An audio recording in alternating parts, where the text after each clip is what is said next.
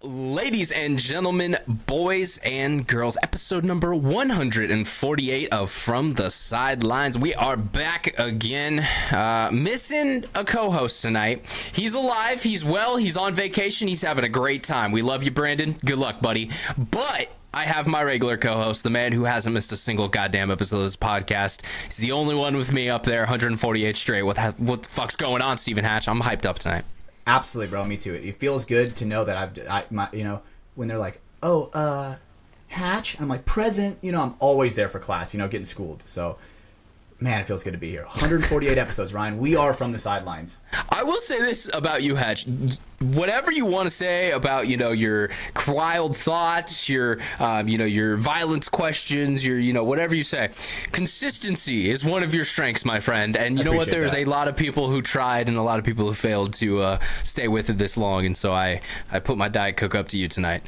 Hey, man. Congrats, sir. My Pepsi Free's up to Yins, bro.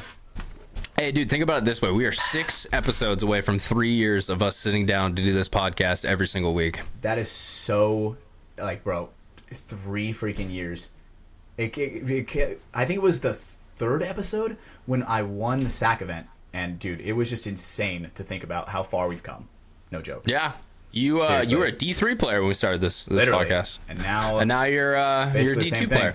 All right. Yep. Well, moving forward, let's jump into our sponsors because we do have a special guest with us tonight to fill in for our missing co-host. Rest in peace, Brandon. Just kidding. He's alive. He's well. He's fine. Don't come for me. Let's go into our sponsors. We'll get those out of the way, and then we'll jump in with our special guest tonight.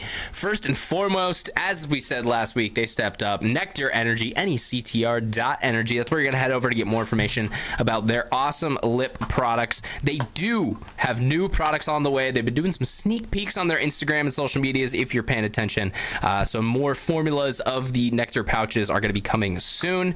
These ones are the classic tried and true. They've got some caffeine and a neurotropic in there. It's going to get you pepped up, ready to go, focused on the task at hand. They've got a whole bunch of great flavors in that. Head over to NECTR.energy. Use promo code MafiaProductions, all one word. You're going to use that to get a buy 2, get 1 free. So throw a couple different flavors in your cart. See which ones you enjoy. And you'll be able to keep moving on from there. We love the product. We use it over here. And we recommend you guys check it out as well. Let's keep it moving forward, boys. Welts Clothing. I got to give a huge shout out to Corey over behind the scenes at Welts Clothing. We had a huge care package for them come in today. Thank you, Corey. It's kind of going to make its snake way across the USA, but it made its way into me today. I looked through it, made sure everything was good to go. We're going to get hopefully something in from our next sponsor here shortly. And then when that does, I'm going to combine those packages, send them out to Hatch's way, and then we're going to start giving a fuck ton of stuff away. So please stay tuned, stay tuned, and pay attention. That's what I was trying to say. Make sure you get signed up as a Patreon because good things are going to be happening soon thanks to our sponsors. One of those namely is Welts, weltsclothing.com. Head on over, check out the products that they have. Every first Wednesday of the month they drop their limited edition apparel on Welts Wednesday. They also have just stuff that's available all throughout the month, all throughout the whole entire year. You can check it on out: straps, hats, jerseys, shirts, undershirts. You never know what they're going to have. That's why you got to go check out their site, weltsclothing.com. Promo code FTS at checkout. Save yourself a little bit of money and go look good and earn your welts. Next up and lastly for tonight, we got Hormesis. Obviously, you guys know what they are. They make headbands. They make dope apparel. They also make great productions and movies with Hormesis Productions. Excited for the things that are coming soon. We know the 1v1 event. They did do some behind the scenes interviews, some kind of more of the documentary style stuff that Miko did with All That Matters. So excited to see what comes from that. It'll take its time, so don't expect anything soon, but eventually we'll see stuff from that event. But also just head on over to hormesispaintball.com if you want to check out any of their products that they have available. There's always random headbands, apparel, and stuff up there, but you gotta stay tuned to their social medias because they drop things all the time. So if you see something you like, jump on it quick because, as you guys know, Hormesis stuff will sell out. So head on over to their website, hormesispaintball.com. We have that down in the description as well. And Hatch, that was it. Those were all of our sponsors for tonight. I'm going to do another test for you. I'm going to be lazy because this is, as I said before we got into the show, my 4th podcast today. It was a nightmare day at work, but we had Memorial Day off, so we had to catch on up. So why don't you go ahead, introduce our guest tonight, introduce our guest, get yourself a rep as we go. Absolutely. So let me say, one of the greatest snap shooters there is in paintball, easily the best snap shooter there is in airsoft. And without further ado, my teammate, great friend, Gavin Day. Welcome back to the podcast, brother. Great to have you. Thank you. Hey, I don't know about best snap shooter in paintball, but I appreciate that. Good looks. You're definitely getting up there, bro. Seriously, a player that I have seen when you literally your first time picking up a paintball gun to what you are now, bro. It is night and day difference, and holy shit, is it great to be your teammate, man. You are a funny-ass motherfucker. You got a cool-ass dad. Dude, welcome back. How's it feel? Shout out Bojangles. Feels good. I'm glad to be back. Yeah, it's just good to talk to you guys again. It's been a minute. Hell yeah. Yeah, well, hell yeah, buddy. Let's give a little bit of background in case, we had some new listeners join since the last time you were on, which was, 30 weeks or so ago. That's so long. Let's just a quick reminder, you play with Hatch on DMG on the semi-pro squad, but your background's a little bit different. You've been playing airsoft for a bit and kind of did that first before you came into the paintball scene. As Hatch mentioned, you went to a tryout, picked up a paintball marker, and figured out you like that as well. How has the learning curve been? Obviously it's been about almost about a year since we last talked to you. How do you feel like you're now picking up, getting maybe rid of bad habits from airsoft and now picking up more habits for paintball, or, kind of vice versa? How's that going? Yeah, so I definitely feel like the learning curve is starting to go away. I guess when I first started, the real tough parts was like the communication aspect of paintball is much different than airsoft. A lot of new skills that were to be learned, just like in general. Teamwork is much more important in paintball. And airsoft, you can kind of go out and figure out a way to win the game on your own. In paintball, it's a lot harder. It's a lot harder to dig 5 guys out all by yourself. But I mean, yeah, definitely. More recently, I just feel like I'm improving in all aspects. Surrounded by a bunch of great people, great coach. I feel like I'm adapting to the scene really well, and I'm just excited to keep going. Absolutely. And let me tell you, dude, there was one point at the last event, bro, where we should not have won. No joke. It is 2-on-4. They're both in the snake. Caden's in the 50 snake. Gavin's in the snake 2 right behind him, right? And Gavin's like, all right, Caden, we got to go. Dude, these guys, points long, 5-6 minute long point. These guys got no paint on their back, right? They're picking up paint off the ground. No joke. And these 2 guys, their communication was so well that they were just picking on the team that we were playing. And sure as shit, basically one-balled the 4 dudes. It was insane. So, Gavin, I will definitely tip my hat to you, dude. You are definitely becoming a new style of player. Dude, your style is a lot different than other people that have come up through the camp. So I really admire the aggressive and really smart style. And I wonder if, with airsoft, has the game changed in airsoft compared to paintball since you first got in? What the fuck? 100%. Sorry. 100%. But thank you for the compliments. I appreciate that. But yeah, airsoft has definitely changed in a big way. I mean, when I first started, it was kind of more just like beer league. Like people would just kind of go out there. There was no real aspect of communication or teamwork. People would just kind of try shit, see what worked, what didn't. And kind of since I started playing over the last 2 years, especially since I got into paintball, the scene has shifted dramatically. People are trying to figure out like what works well with their team, who's good where, kind of shit like that. Trying to shift it more. From my eyes, it looks like it's more of a paintball game. A lot more teamwork, a lot more cohesion among the players. And I hate to say it, I feel like people are copying us. Every time we do something, next tournament or next point even, other team's doing it right away. So I feel like people are taking some pointers from the best and just kind of learning, figuring out more stuff. It's kind of funny because Gavin, you don't know this. I mean, maybe you know a little bit, but you weren't old enough to be there. But you're essentially talking about what paintball went through over 30 years, but airsoft is seeing it over, 5, let's say. Because, even, go back to 2019, Speedsoft did exist, but a lot, way, way more, slimmed down and narrower of an idea. It was still dudes wearing mill sim type gear. But, if we go all the way back... Yeah, if we go all the way back to, the beginning of, paintball... you're the stuff you're talking about. One guy going out there and winning a game. That was why Dynasty was so goddamn good, because they had 7 dudes who could do it at any moment in time. But there was also, other teams would win off one dude making a play during one 7-man match, and then everything would go crazy. And then it's been refined over the years. When NXL came about in 2015, I thought that was a kind of a big jump in seeing a lot more teamwork type paintball. Impact was kind of leading that charge at the time because they were just destroying people. So it's cool to hear that Airsoft's having that quicker, and I wonder if it's because they have examples of, maybe not exactly the same game, but a similar game, and, all this plethora of, raw footage, match footage, and stuff to kind of lead into, plus guys like you who, aren't just, you're not the only one. There are probably guys who are making the switch over, or paintball players who are making the switch over because they're just curious about this other thing.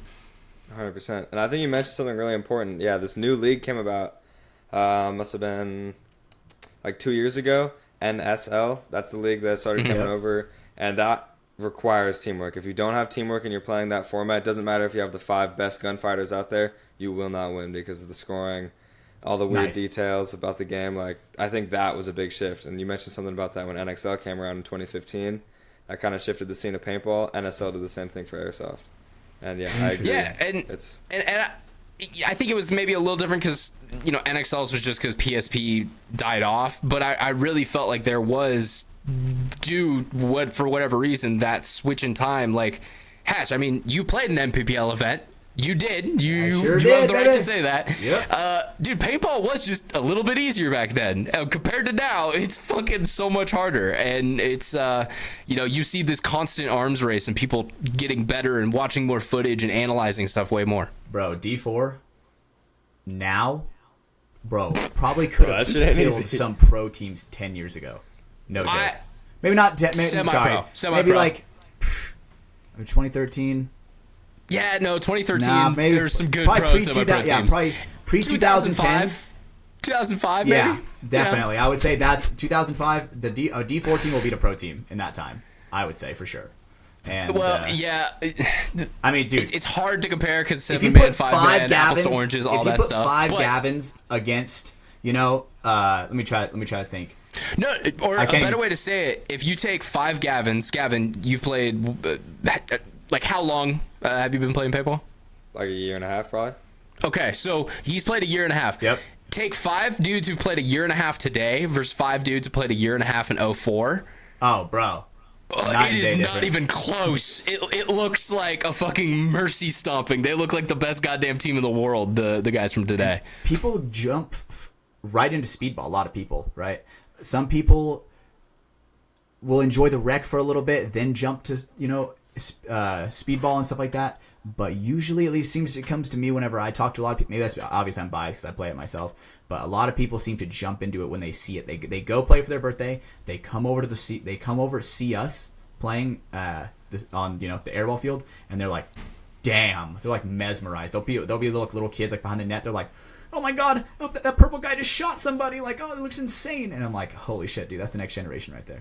That was one of my favorite things when we had the pro team at Capital Edge was, you'd see birthday parties wander over to the nets, watch like Impact versus DMG go at it. And it's like, these kids don't realize those are 2 of the top 20 best teams in the world fighting each other. Yep. And like, that's why it looks so fucking cool. But like, they're just mesmerized because they think this is like, just the random teams who are out practicing. Absolutely. And dude, if you still want to see DMG practice Impact, bro, it's coming up quick. We're scrimming Impact, I think, in 2 weeks from what we're recording now. So, definitely going to be fun. I love sharpening my sword against Impact, and, I'm trying to replicate that dream that DMG used to have, right? And Gavin's definitely, stepping into some big shoes, right, with that. I mean, Gavin, you've seen the struggles of the team, right, from our struggles in semi-pro. How do you feel? It's negative now. Sorry, guys. It's going to be depressing. Oh, here we go. How does it feel going from an absolute superstar in airsoft to getting completely shit on sometimes in paint in over here? I mean, we're not getting shit on. Yeah, I'm not getting shit on anymore. But it kind of feels like I'm going back to my roots. Like when I first started playing airsoft, I played with like 4 random buddies that I had just known forever, and we'd just go out there and get our asses kicked. But we were learning every time. It feels a little bit. I don't know what the word is, but kind of more intense when we're playing with DMG because we should be good. Like, we do all this practice, we do all this work. We feel pretty strong in practice. We're surrounded by a bunch of great sponsors. More pressure. Yeah, definitely more pressure, and it feels like we shouldn't be losing a lot of the time. Like, it feels like this, like, something happened. Like, what just happened? But, I mean, I feel like we're making improvement, especially compared to last year, and from what I've heard the year before, it seems like we're on the up and up, so. Absolutely.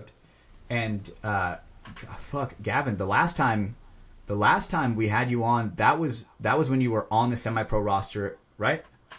No. Or because you went down and you sharpened your sword, right? You played with the D4 squad, and dude, you absolutely were learning at such a high level because you were practicing us all the time. Yeah, I definitely needed that experience. Like, going back down. What is that difference? You going from making the semi-pro team, going back down, and coming back up. What is the difference? You've seen all this you've seen all this competition. What is the difference? As in skill gap from D4 to semi-pro? Or... No, yeah, exactly. Like, because you're a person who's played, you know, I don't know exactly who you played recently, but let's say a quote-unquote, a fucking distortion or something like that. I don't know. One of the semi-pro teams. And then in the past calendar year, you've also played against D4 teams at similar level events. Yeah. What is the difference there? Because people are always kind of curious themselves if they're a divisional team player who's kind of coming up the ranks. I feel like the discipline from other teams is a lot different. Like, in D4, you can kind of get away with some more shit, like, oh, this guy's going to go in when I snap out for like half a second, and then I'm going to be able to take this move. Like, that's a lot more common in D4, while in semi-pro, there's somebody else that's ready to pick up that gap. Like, the gaps people are trying to hold. Like, if you're trying to get into the snake in D4, you're probably going to have, like, not too hard of a time versus semi-pro. That's pretty fucking tough. So I would say use a teammate to get in there. Yeah, 100%. I would say discipline. The communication among my teammates, that's definitely a big difference. Like, last year, I felt like if I wasn't talking, nobody was talking, and because of that, I'd have to play in the back more. Until World Cup. Once we hit Cup, then things were kind of different with the pickup Aaron. Definitely, I was just about to say that. So I mean, that's a guy who's also been growing so much in the sport, Aaron. I love that guy. You've been with him for what, 3 events now? Like not counting Cup and the first 2 events. Yeah, 3 events. How is that transition with Aaron coming from that squad over here? I just think it's cool. Like, this guy that I met last year, we played together for like a week, went to Cup, balled out, we all played well, and he's coming with me up to semi-pro. It feels good. It feels like, I mean, it's just like a little bit of the past coming with me up to semi-pro still. And it's just so sick, like, keeping him around. He's a good-ass friend, good-ass dude. I love that guy. Hell yeah, Aaron Brock, what a cock, you know what I'm saying?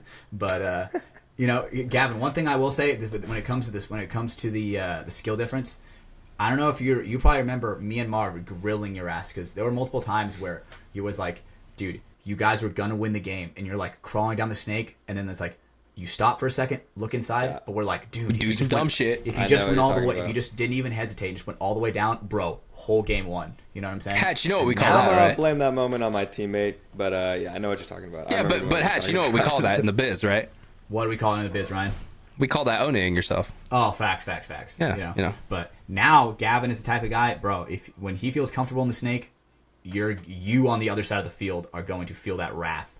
You know, seriously. So, Gavin, tell me. On DMG.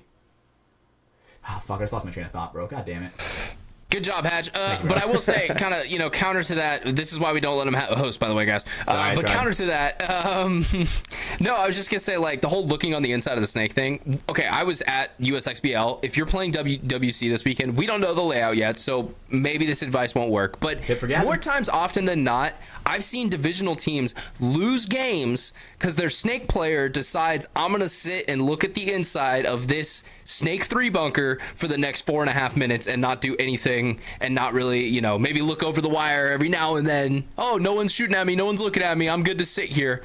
No, you're not. Go move down the fucking field. Go fucking stab someone.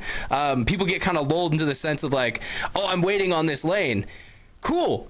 That's awesome, but if no one comes through it, you're not doing anything, so let's get your 2 involved in the game. Can he come up to that spot in the snake and now watch that for you while you're trying to move down the snake? Is there someone in the middle who can now cover that lane in a similar way? I've saw this happen a lot at USXBL, so please, if you're playing WC this weekend, work with your teammates and figure out how to get your snake one off of just looking in the inside, waiting on someone to make a mistake, because they probably are not going to make that mistake. I mean, shit, Gavin, you're playing WC this weekend, dude. Tell me about that team dynamic with you and your new WC team. Oh, it's pretty much the exact same roster as last year with a couple slight changes. So I know most of the dudes pretty well. We've all traveled for NXL events together, so pretty much family right there. A couple new guys. I love all the new teammates. Gabe, fucking love that dude. Oh, dude, Gabe Molina, Kyle, I love that guy. He's an OG for sure. So funny. Yeah. Love that guy. Yeah. And new coach Marv. I mean, I'm feeling good. I feel like this event's gonna be something for sure. Definitely. Last event, I'm excited. we definitely came up short. Honestly, to be expected. We'd only practiced fully together like twice, so we fixed that here. We've been practicing every weekend, putting the work in, capital edge, and I honestly think we're gonna make a pretty good showing at this event. And did you guys make the bump up to D3? Yeah, we've been playing D3. Nice, that's awesome for you guys. That's a competitive division. Absolutely, me and Ryan were talking about it. I'm pretty sure it was you and me, Ryan, today. Where we're like, D3, WC. That is competitive, bro. That's good paintball. That is where fundamentals. That is where everybody has sharp fundamentals in D3 WC. And man, dude, I'm so excited for you, Gavin. Okay, you should go down, Hatch. You should go. Cheer him on. Go, coach. No, let me tell you, dude. Me and Brando, dude, that fucker, dude. I was like, let's go down there and shoot some content. So I just want to make this clear. Since he's not here, we're going to make this agreement. We're cutting him out of all sponsorship funds this month, right? He's cut out of all that. You're done. Yeah, okay. He done, missed one episode, I'll so he gets take that nothing. money as his replacement. Gavin, I'm going to be honest. Me and Hatch are just going to split it 50-50 this guy's more decorated than we are. So. This guy's the fucking king airsofter. He's probably got better sponsors than we do. Chill out, buddy. Dude, he actually has Marky's phone number. Both of us don't. I don't have Marky's phone numbers. Yeah, it's true. Gavin. All right. Actually, I don't have his phone number, but Same, but different. Yeah, Same. He sends the PJ every now and then. We go down. We play some street ball. It's cool. Oh yeah. Okay. But Hatch. Okay. Well, so interesting thing because I know you wanted to talk about this, so we won't talk about it fully. But one of the things that I talked about on my Big Boy podcast job conversation today, because we during our sports show talked about paintball for a little bit, they were asking about glow ball and stuff like that. I think that's been a huge thing for airsoft. We talked about it last time you were on, Gavin. HK has actually now developed one of their is the TFX. I forget which platform it is. It may be the Sonic, maybe the TFX. Yeah, it has an infrared light in it. It now has the UV light in the little turnstile itself, so the balls don't necessarily need to be underneath UV light to be charged up now. That's sick. It's still hard because we do stuff in the daylight instead of you guys do a lot of warehouses and even during peak daylight hours. It's just not as bright. You get bunkered by shadows.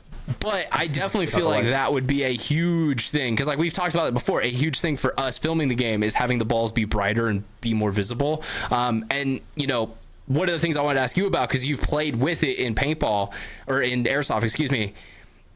How much of a difference does it make? Can you see a stream more visibly if you are sitting in a bunker head checking someone? It's oh shit, fucking 100%. Versus a certain type of BB. Yeah 100%. I mean, if you don't have a tracer, you can't even see where your BBs are going.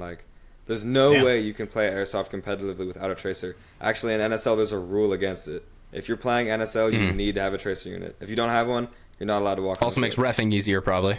It's reffing still hella hard even with them on, but without one, it's literally impossible. It's almost impossible. Yeah. No, literally impossible. I'm a great paintball ref, and I couldn't even imagine reffing airsoft, bro. I tried to ref a couple points last weekend at this tournament that we just had. I mean, I'm not gonna lie, I probably missed so many calls. It's so hard to ref airsoft. Everybody's crying about cheating and shit like that. No mark, and you just have to looked like a hit to me.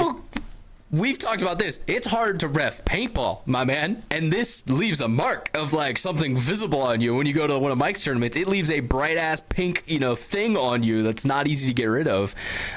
So yeah, I do think that would be the best of both worlds is we get that glow ball technology. You know, obviously in the sun it sucks. Hey, maybe we go to fucking night games. Don't fucking start pro matches at 7 a.m. That'd be fucking sick. You know, but that's wishful thinking. Tom Cole's an old man, and you know he's got to be asleep before 5 p.m. in the afternoon, or else he turns into a vampire. But Me too. I had to get my one Tom Cole bit in this week, you know, just Hell got to yeah, do it. brother. Love you, Tom. Love you, buddy. But yeah, I think that would be the best of both worlds. If we could have that glow ball with the huge, you know, with the fat ass pink or, you know, yellow mark on it, dude, I feel like that'd be huge for paintball. So yeah, I don't know. That was kind of my whole thing with that. I just wanted to see, you know, the thoughts on that. Hatch, do you have any idea, like glow ball and paintball? Have you ever seen it in person? Yeah, I have. So I remember when Capital Edge had some of the glow ball back in the day, back when we would do the zombies. The zombie shoots. Yep. Right? And holy fuck, thank God we switched If you to Joe never worked Blaster a with zombie that, bro. night, you're not real DMG. Facts, If you never brother. worked a zombie That night, is you are fucking not facts. real DMG. Gavin, you're a grinder, so you're like 90% there, but bro. We respect you, but I'm sorry, you bro. can never be true DMG. And Oh, every geez, pro zombies. guy was there, every fucking semi-pro guy, every divisional guy. It was Dude, my I nightmare. remember I would bring my friends up from Clovis, and we would come up and be zombies. And when I would bring them up, they're like, "Oh, dude, this is gonna be no problem." And then they get hit for the first time. Even 50 cal sucks after it's all night, dog. Bro, that one thing I learned from reffing is getting shot by a gelatinous paintball with no adrenaline. Ooh, those are some stingers, bro. Those are some stingers. But damn, dude, what an OG throwback to zombies, dude. But yeah, Zombies, bro. Goddamn. Rounding back. That was where I first saw the glow ball, and it was really cool because the truck that they were shooting off of had UV lights to where that was what was illuminating the paintballs, right? Because the bags would be on the truck and blah blah blah, right? To where they would just be lit up UV. They're shooting at them. The hard part about it, dude, you're getting bunkered by shadows. You know what I'm saying? Like I could see the lights from inside the truck, and that's it. I'm just getting bunkered by just these ginormous green balls, you know? And I don't like getting bunkered, bro. Stabbers don't get stabbed, bro. I feel like we're getting some PTSD right now. That's what I'm hearing, PTSD, Gavin. dude. That shit is so bad. There were times where I would have to tap He was out. explaining that story and then kind of drifted off halfway as he's like, oh yeah, oh the abyss. Oh no, I'm staring back into it. Dude, the truck coming back from the wave. And you could just hear it rumbling down the street. Bro. The gravel crunching under the tires. I remember- the 8-year-old kids cocking back their 98s. And you would know the pain was just beginning. Well, okay, the thing is, the way the truck is... Everybody get down! Zombies aren't supposed to get down, buddy. That was the hard part, right? Yeah, I know. And I so- know. You had to fight back. No, and this is the funny thing. So I remember, the tubes on the trucks, the airlines to the truck, I'm pretty sure they would go from front to back. So the ones at the front were like super fucking pressured, right? To where they're Oh shooting. yeah, because they like- were constant supply, so that way they Yup. didn't have to deal with tanks. Yeah. So those were like shooting like 320. You know what I'm saying? And the back ones are shooting like 260, right? So Hey, I remember- anyone who ever won a Best Zombie of the Night award, applause, because you had to go out of your way to win Yes. those. Because you She know was a god. there was a lot of people who were worth just sitting in the back, chilling out, not really doing anything. But I mean, there was guys I know, like Dylan Boyle one time. He was sitting in this stack of tires, and he like popped out in front of everyone. It was fucking like, rah, rah, J-Bo and just was getting a killer, dude. getting destroyed by these people. But they had a great time, and they probably came back. So yeah, so I think he won Zombie of the Night. There was probably some small award with it, No, but dude, I remember there were some nights where I would get it so bad on one drive-by where I'm like, holy fuck, boys, where I was that zombie where I was just an arm reaching out of a window. I need a whole round. Just You know, I'm just an arm Give me reaching out of one. a window, you know, like I'm like build the barricades on zombies, you know? That was me for one of them, but that adds atmosphere, you know? Not everyone could be a frontliner all the time. no, dude, and shout out to Cedar. I remember he would dress up, bro, he would dress up in this hazmat zombie suit. And he would just walk, dude. He would have his mask on, like a bike helmet or some shit, like 20 Christmas sweaters underneath it, you know, some Kevlar pants, and he would walk and just like, you know, just do the good old fashioned zombie walk. And dude, he would catch like 600 in one drive by, bro. I'm not even kidding. Yeah, because they would all aim for him. They would run out of Worst thing ammo. too, the worst part too, they wouldn't stop when you fell down. Because, like, if you were like, oh, okay, I'm getting lit up for a bit, blah, blah, blah, and you, like, go down, these fuckers didn't stop, bro. So now you're just on the ground getting pelted as well. Dude. As you're like, The funny story is, so I remember one time Dave put me in charge of the armory, right? Because where you go at the halfway point, you get to refill. You get I remember this, yeah. And I You're was gonna buy more paintballs right, from and Dave. I had to act, right? I had to act like a survivor, bro. I would be like, "Hey, I'm a survivor. Help me, get in the armory, bro." Some people would be like, "Fuck that, he's probably bit," and then they would just shoot the shit out of me. And I'm just that did happen. Yep, that did happen. There's some very trigger happy people, which does kind of concern me for when we get to zombie times. You can't trust humans, bro. I feel like Walking Dead has taught us this. The enemy bro. is not zombies, it's humans. Once I learned that they could wear the zombie skin on their fucking face, I'm like, bro, what is happening in this shit? I saw that on TikTok. What the fuck? I saw it on a TikTok, and I'm like, bro, what has this show come down to? Bro, okay, I'm gonna be honest, dog. I said I'm out when they were in a prison still. So, like, yep, definitely. It's been a while. People still watch that show? God damn, that's Gavin, crazy. you a I Walking watched Dead it in, guy? like, middle school. I'm not even joking. Episode. Actually, I've Damn, probably not seen even- like 3 in my time, but Hey, yeah, no, I never got cool into guy of the it. week, Gavin Day. There you go. Never watched Okay, an episode of okay, fucking okay. Walking Dead. That's Hell my boy. yeah, dude. It's not worth your time. Please do not waste a moment of your time on that. No, that game had Alright, that show had a The game? chokehold. I mean, that game too. The game's good, but the show had a chokehold on people in 2013. That was like the shit to watch. You know, like everybody Wasn't knew. there like 30 seasons or something like that? It's up there now. Basically, bro. Like apparently, Because they do I don't like know who's dead anymore. 2 seasons a year for a certain amount of time, and then so it's literally like somewhere in the 20s to 30s. It's insane. Yeah, so I mean that's not my thing anymore. But yeah. Anyway, going back to airsoft. Going back to airsoft. Okay, is it like? Oh, sorry. Real quick question. That's a segue. Is it kind of like paint where there's like 5-star and 4-star BBs?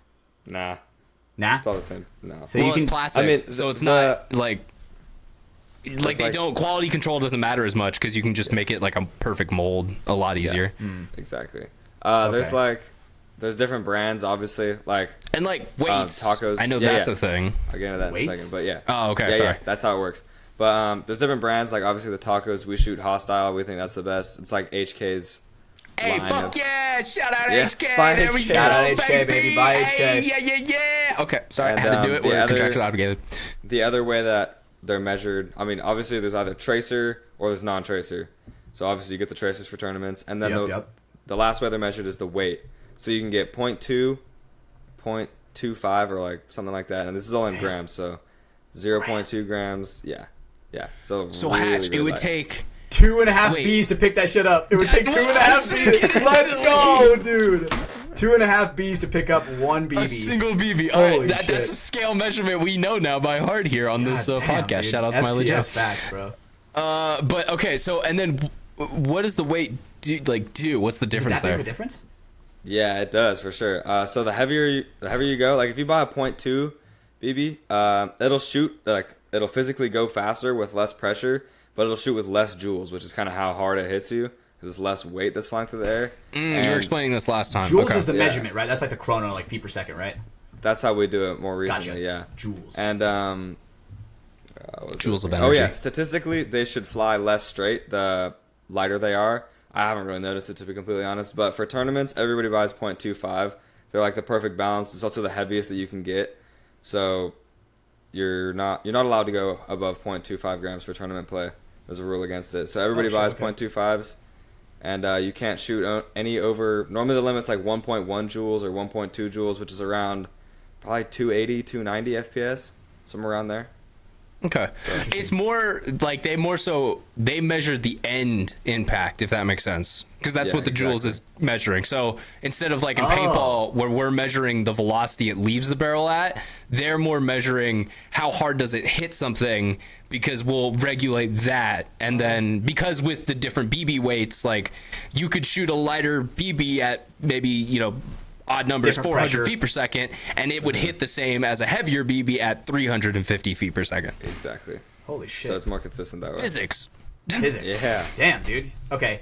Have you ever seen any instances of like cheating? You know how people like full auto in the building type shit? You know what I'm saying? Yeah, I 100%. know that's a stupid question. It's from a paintball. I mean, okay. There's all we talked sorts of about, like, shenanigans. what'd you call it last time? Like sloughing off hits or something. There was some Shrugging. term you guys shrugging hits. Shrugging. Yeah, that's your guys' code Yeah, word. it's our wiping basically. Yeah. So, but like, are there gear cheaters? Is that a thing that people have been trying with? Yeah, 100%. Okay. So, It is paintball Wild West. I Let's love go, it. baby. yeah, no, it totally is. So people will take their guns, right? Real quick. Sorry. Ryan, it's just like what you were talking about with paintball, dude. Where it's like it went across that timeline. Literally. There was Yeah. cheater boards, bro. It's just so dude, quicker. This is It's exactly just like what what I'm you talking about. said. It's literally a cheater board. So, in airsoft, we shoot semi-auto. There's no ramping, right? So Gotcha. You're only allowed to use one finger. You can't shake the grip. You have to keep your thumb around the grip like this. So it's all supposed to be from this finger. No finger Somehow- banging? I'm not gonna lie, that's kind of Yeah, gay as you- hell. you- You can't tell me how I can bang my trigger. It's my trigger. And this is America. I get to bang my trigger the way I want to finger bang it, okay? Sorry. Freedom of trigger banging, bro. That should be an amendment. That is right. Dude, seriously. You know? So somehow, some way, I'm not really sure on the details. You could probably talk to someone a little bit more knowledgeable on this, and they'd tell you exactly how to do it. But somehow Hey, someone Gavin figured out a doesn't way. know because he rocks a legal gun. Of That's course why. I do. I'm a Yeah, don't saint. check him. No, definitely do not check me. Hatch, I made it less suspicious. You made it more. I'm gonna be honest. It kind of My cancels each other out bad. there. I tried to. I was like, oh shit. I was like, Sometimes oh you just damn. gotta stay quiet, buddy. It's When you're okay. bu- It's okay. When you get caught in hide and seek. Oh, he found us. It's like, What the fuck you mean us? It found you, bro. yeah. So, But sorry. So Gavin, please continue. So all right, so basically- it's There's these guns, right? You're supposed to be able to get one BB for one trigger pull, right? So obviously people will test you if you're shooting like stupid fast. Like you could probably look up a video of someone shooting an airsoft gun at like, I bet you it's probably 25 BBs a second, maybe more than there's that. that. that's quick. There's that fucking video of the dude who's like, "Hey, no full auto in the building." That's not full auto. So that's And it just Yeah. fucking rips 50 BBs real quick. so. I don't really know how they do it, but they somehow figured out a way to program these boards so that it only shoots binary, as in one shot, as you pull it and release it. They figured out how to make it only shoot binary at a certain time. So when a ref comes and checks your gun, it's fine. It's Okay. completely normal. So when they get it Motherfuckers, back, bro. So- they like have a way to like push it back into this special binary mode. I'm and it gonna shoots, teach you like, some game real quick here, my boy Wait. Gavin. Let's see. Let's hear Here's it. how paintball did it. Shout out to our boy Terrence Fong, one of the technicians for Bob Lung back in the day, i.e. one of the man who was making the Oakland Assassins guns, some of the most illegal markers that were ever in pro paintball. I love talking Allegedly. to Terry about this. He obviously, I hate to say this, he doesn't remember everything because this was 20 years ago. But when we were talking about it, because I always love picking his brain, he was talking about one of their ways they would set up the guns. It would be like button sequences. So it would be like turn the gun on, turn the gun off, hold the trigger on, or hold the trigger in, turn the gun on, like set it into this mode, set it back into the NXL mode, and then now the gun's ready to go. It'll give you like a beep sequence, so like it's primed. Interesting. And what their marker mods that they liked a lot and usually did was as you were coming off the break, it would be that full auto off the break for the NXL. It would be faster than the normal mode, plus they wouldn't like have to keep it ramping at all. They could just hold the fucking gun there for a while and like move one finger a little bit and make it look like they're moving their trigger. But then after a certain amount of time, that cheat would just drop. Because let's be real, after the breakout, you don't really need to be shooting 40 balls a second, because it's not like, holding your lanes is good, but You don't you're need just it going to be to going lock through your it down paint that that much. fucking quick. Yeah, it's not that helpful. So then by the time the point was over and they'd chrono out with the refs, the gun would be back in the, regular NXL or whatever the NPPL tournament they were playing at the time mode, and then they would go reset it back in the pits, get the prime sequence again, and they would know, all right, cool, we're about good to go out for the breakout. And then if, they knew refs were starting to look at them more, they would just not put the boards into it, and they would just work like functional regular markers. So there you go. There's some game on how paintball did it. I'm guessing it's something similar. It's probably some button sequence, probably some timed, Dude, that's an like a NSL cheat point code. takes this longish, so we'll have it turn off like 30 seconds before that. That's like a Mortal Kombat I'm cheat not code sure where what you, it is. like, I know there's people that do it differently, because one guy has showed me what it was before. I don't really know how to explain it. Like there's like some way he tuned the got a magnet? trigger. the Force. I don't know what it is, dude. The guy Is it- listens to the that would- show this would be actually, so he's crazy probably if, gonna like- text me and be like, You Or take the you trigger speed- and then literally just move it to the side, and now it's in like a different fire mode. I'm And then pretty like sure- as you're coming back off, you just like flip it back in. It's like a fire Yeah. safety or something. It was something like that. It literally was. Okay. It was like, all right, now hold the trigger like this, and it'll do the thing. Like, he listens to the show too, so he's gonna call me out after this and be like, Oh, "What fuck the yeah. fuck, No, man? I'm, You're I'm supposed excited to to hear my how you guys do Bro, it, because I that- do love hearing how people try to cheat. I know you're not supposed to. I know it's kind of, bad topic, but it is interesting to see how people come up with ways to, get around the rules or try to give themselves a little bit of an advantage. Yeah, I Absolutely. agree. I mean, I think bodybuilders it's use interesting. trend. We use this. Yeah. I mean, Me I'm thinking personally, about I'd like never do NASCAR. something like this. Like one of the best ones I ever heard about in NASCAR. So NASCAR back in the day, they used to limit how big your fuel tank was because they wanted to make sure Oh, that I've people heard had this, the actually. stops, and also so it wasn't, so it was more of a competitive race. Yeah. You know what they didn't limit? They didn't limit how long your fuel hose could be in your car. So there was some NASCAR mechanics who realized, well, if we just put like an extra, 200 feet. feet of coiled up, 200 literally, I don't know how long, but a huge amount of coiled up, fuel line. We essentially have an extra 2 gallons in the car, just in our fuel line, not in the tank. So they would prime the tank, they would, fill up the tank, prime the engine so it would draw that fuel through, and then they would, refill up the tank, and now they have more fuel on board than everyone else around them. Damn. Obviously, NASCAR, like the next year was like, all right, guys, you can't have fucking 200 feet of fuel line in your car. That's illegal now. But I love hearing mechanics like that and people who are like, okay, I read the whole rule book. We can't have a bigger fuel tank. They had said nothing about the size of our carburetor, though. And it's like, why are you thinking of that, man? I love the exploits to it. I think it really shows a second level of talent to it, where it's like, dude, if you ain't cheating, you ain't trying, right? That's always been. That's where that that's been saying going, comes from, right? yeah. Absolutely. I mean, and paintball is one of those things where, dude, cheating is like can happen at any point. I'd say it is a part of paintball. You just can't get rid of it. It is. Absolutely. And I mean, it's part of airsoft too. Like, there have been paintball tournaments won by professional teams that Cheating. would not have been won if a guy did not get rid of a hit. And we can point out one of the most famous ones, Mouse. They lose Great that one. game, but look at that example.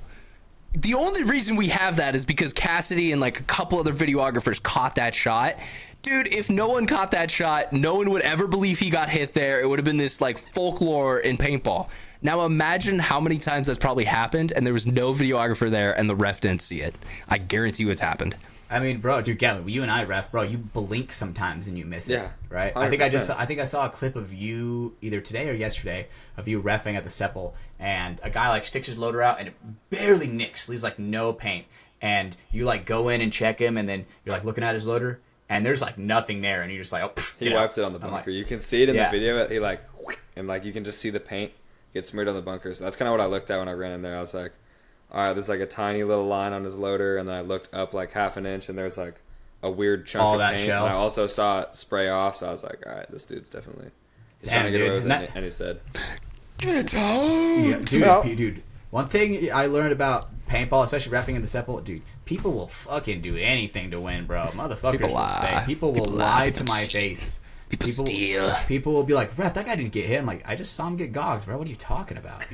People will gaslight you into believing exactly the opposite of what I saw. It's insane. And You gotta trust your gut, Hatch. absolutely, dude. I gotta trust my gut. That's why they let me in charge of Field 2. Not this last time, but the time before that. That's you know? not good. Yeah, because No. Cedar wasn't there. Let's be real. No, Gavin, back me up, bro. Field 2, dude, is that not the way, bro? This is not good. This guy's corrupted by Field 1 because he didn't. my hands are tied. Oh, I don't right. know. They must I have don't had know. him sign an NDA or something.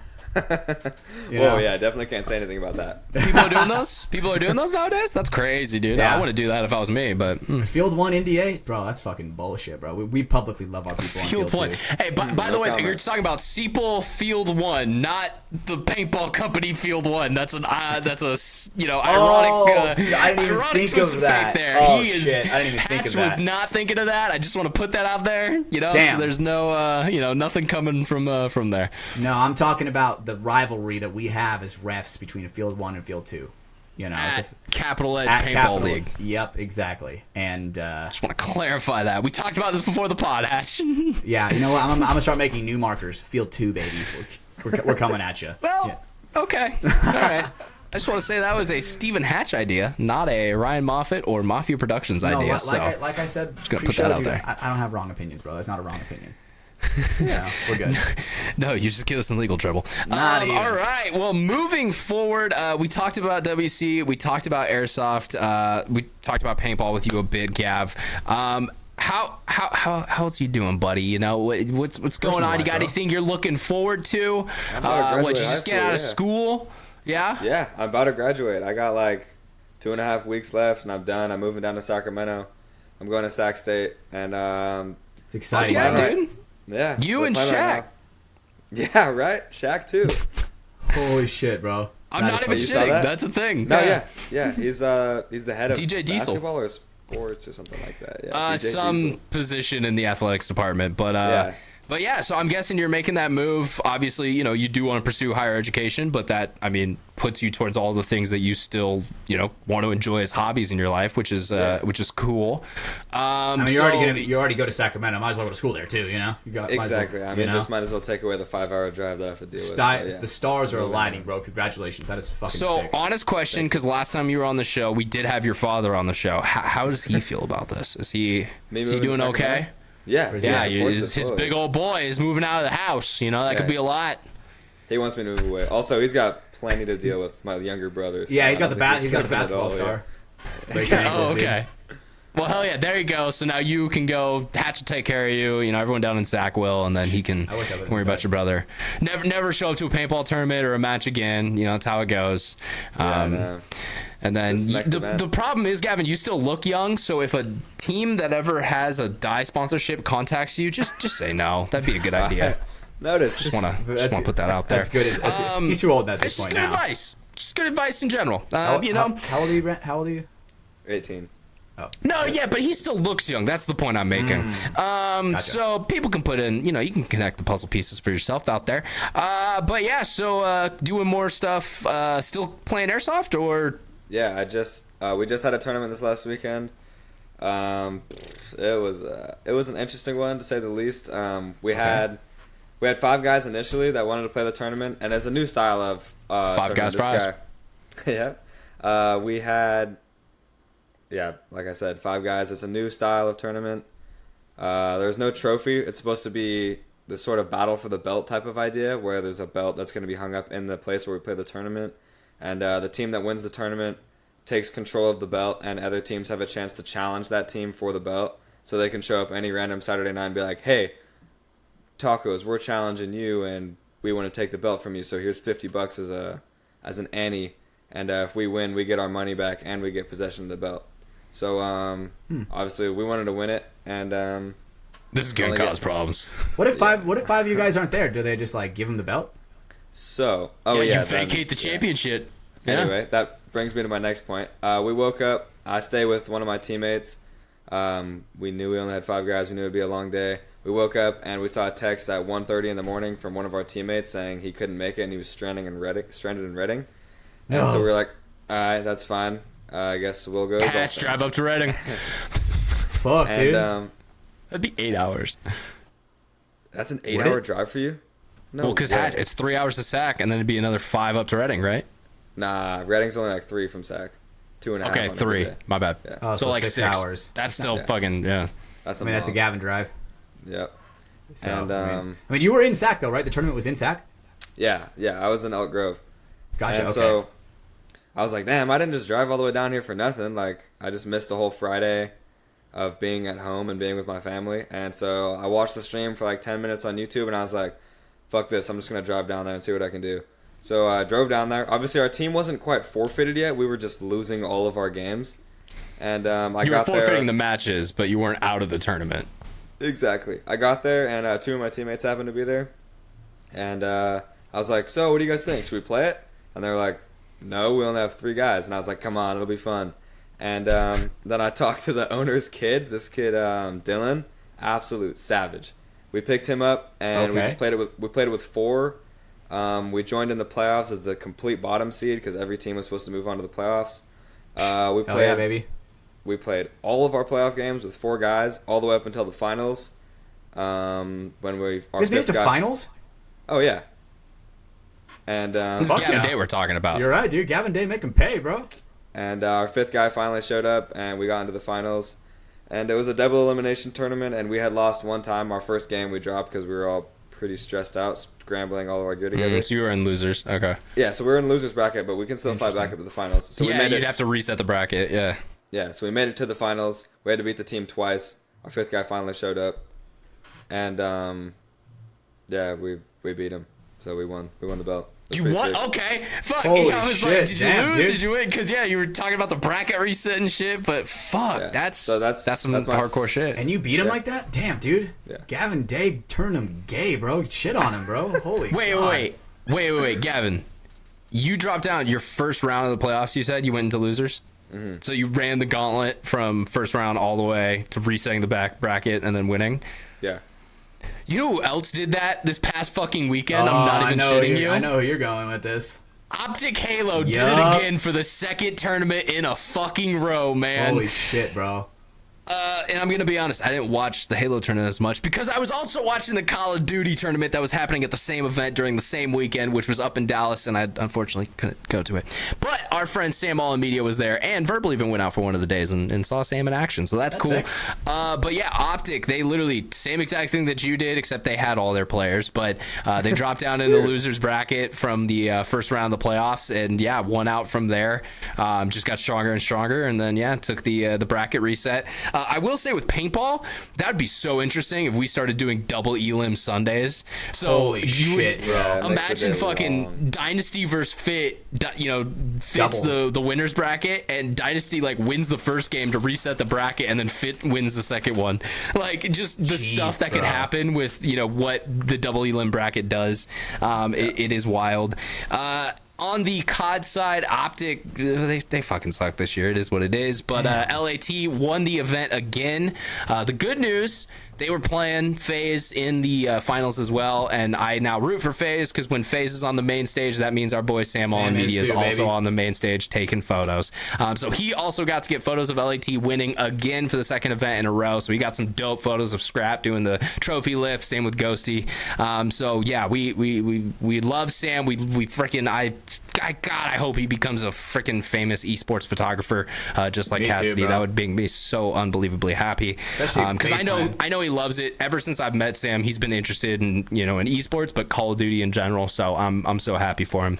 But yeah, DreamHack. It was an awesome event. Went down all weekend. I watched a bit of it. I know Brando watched a bit of it. He's we're the two esports guys on here. Hatch, did you tune in and check out any of it? I haven't really been paying attention to Call of Duty. That's fair. I like watching Valorant. I like watching competitive Valorant. I like watching. Yeah. I like tuning into You sometimes should watch to CS. the Halo side, just because like the Halo side's kind of fun because it feels throwback. It feels like an old school esport as you're watching it. Yeah. And so it is kind of interesting to watch. The COD side, it's just I'm back kind of into that scene a bit, and so like I don't know. It's really Sam, dude. Sam really brought me back into it. Now I'm like giving a fuck about events, and I want to see what's going on. And plus, he has that I haven't in your cared this much face. since That's MLG so era, sick, bro. Valid. That's valid. I Yes. guess I could probably say the same thing. Sam is shooting for fucking FaZe. FaZe the fuck up. That's the Yeah. only time I'll do that because I'm a fucking Greenwall member. But for our boy Sam, I will FaZe the fuck I'll up. phase up for Sam. Yeah, I'll phase up for Sam. He was Gavin, taking you got- photos you of a came on- whole bunch of OG FaZe members all weekend too. It was pretty sick. Did you pay attention to esports at all? Not at all. You gotta remember, he's I like have 10 no years idea younger what than he's us, bro. talking about.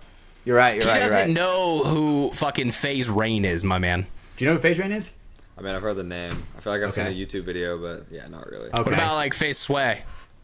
Yeah. I used to watch him play Warzone. Okay. Yeah, okay, All right. Warzone. No, it's a couple of the OG FaZe guys, but Do you know who FaZe Jev is?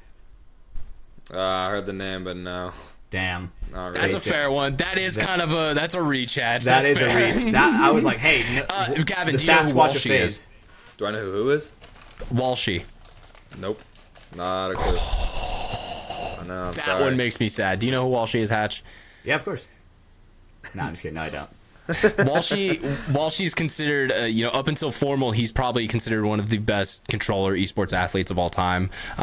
He was like the first amazing, great Halo player when MLG Halo was popping off and like all that stuff during the time. Back in the day, like when people would talk about the two greats, it was like Walshy in Halo and then Scump in COD. That was like that was a big conversation. Okay.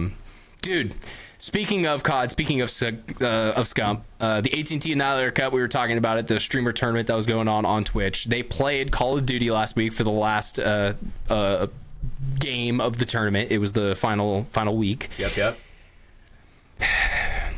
Scump dropped a nuke in one of the games, bro. That's so embarrassing for everybody else. You know what else he did in that game? What? He dropped a flawless hardpoint match, dude. Yeah, He went 46-0 in a competitive $250,000 tournament. Now, fun fact, by the way, because none of us knew this watching it, in the competitive Call of Duty playlist, if you go 30-0, it doesn't give you a nuke. I really wish it did, because that is so... If you can manage to get 30 gun kills in a fucking Call of Duty ranked match, you should be able to drop a nuke and end the game. That shit is like constantly moving, right? Like, yes. You get a bad rotation on a hard point, bro, you're getting shot in the back. Like, if you hesitate. It was on Skyline, the smallest map in Black Ops 6, but still, dude, it was just... He was fucking kids up. There was one point during the tournament where he gets a two-piece in front of him, switches to his pistol, 180 turns on a guy. You know who he turned on? Who? His old teammate, Nade Shot. Damn, that's rough, bro. Dude, fucking Nade had bullets in him first, turns around with the pistol, and like 3-taps him with a couple in the head. And it was, dude, even Scump was like, oh, he was freaking the fuck out as he was doing it. Damn, dude. Yeah, so that was a great kind of end cap to that. Just watching Scump essentially just do whatever the fuck he wanted to do. One of the teams was Octane and Nade Shot, who are both pretty decent. Definitely. I mean, Nade's a former pro player. Octane, I don't know if he ever played pro, but I know he's like high up. Everyone does respect his Call of Duty skill. Do you know who Nade Shot is, Gavin? Yeah, for the net for sure. Do you know who Scump is? Thank God. Not as much. Sheesh. Oh. Damn, dude, it's really showing me that fucking hurts, doesn't it, Hatch? That's like one of the things where, I mean, fuck, I grew up. Did you grow up playing Call of Duty, Gavin? Yeah, 100%. Dang, Okay, you don't know who Scump is, really? you should know Scump is. Scump is Well, I wasn't, like, arguably super the greatest competitive Call with of Duty player of all time. All right. Maybe I'll look this guy up. He was one of those guys Like where, dude, I remember there watching are him. a couple players in that conversation. It's not just him. I will say that to be fair, but he has He is the face 100% of a Call of Duty claim esports. to being and popularity wise, he always has been the top of the mountain. By far. That's why. So he teacher. does watch parties for the CDL, and like he gets They're more viewers so funny, than bro. the CDL stream itself. His commentary on those matches, I will tune in sometimes, bro. Because You obviously, can tell he's still so competitive, bro. absolutely, and you can tell that he is so like obviously he is so much better than like the average esports player, right? Dude, he is just clowning on them sometimes. But here's a fun fact. You want to know why he's so much better? Before the CS:GO portion of the AT&T tournament, so that was the first week. The night before, he went into a bot DM and he killed 1,000 bots. That's the type of shit, like those are the reasons why he was so good. It wasn't just that he was naturally gifted. He also had that attitude of fuck you, I don't want you to be better than me. Grinder, I'm bro. not just gonna sit here. I'm gonna go fucking, let's go work on breakouts, let's go fucking work on timings on nades, like let's do something to make my game better during practice. So I think that was like Absolutely. a real eye-opening moment. Even dude, that's a game he doesn't play. He's not a mouse and keyboard player. No one expects him to be good, but he still was He's like, a gamer, bro. He's I'm a gonna gamer. go into lab and I'm gonna shoot 1,000 bots before I go to bed tonight. Absolutely. I mean, dude, practice makes perfect. I mean, fuck, dude. After this past weekend at practice, dude, I was like, all right, well, I'm fucking, I'm not satisfied with, what we did today.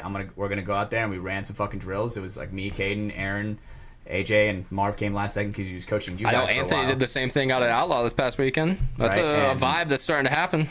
Absolutely, right. And we were doing this thing where we are running this route until you tap out, right?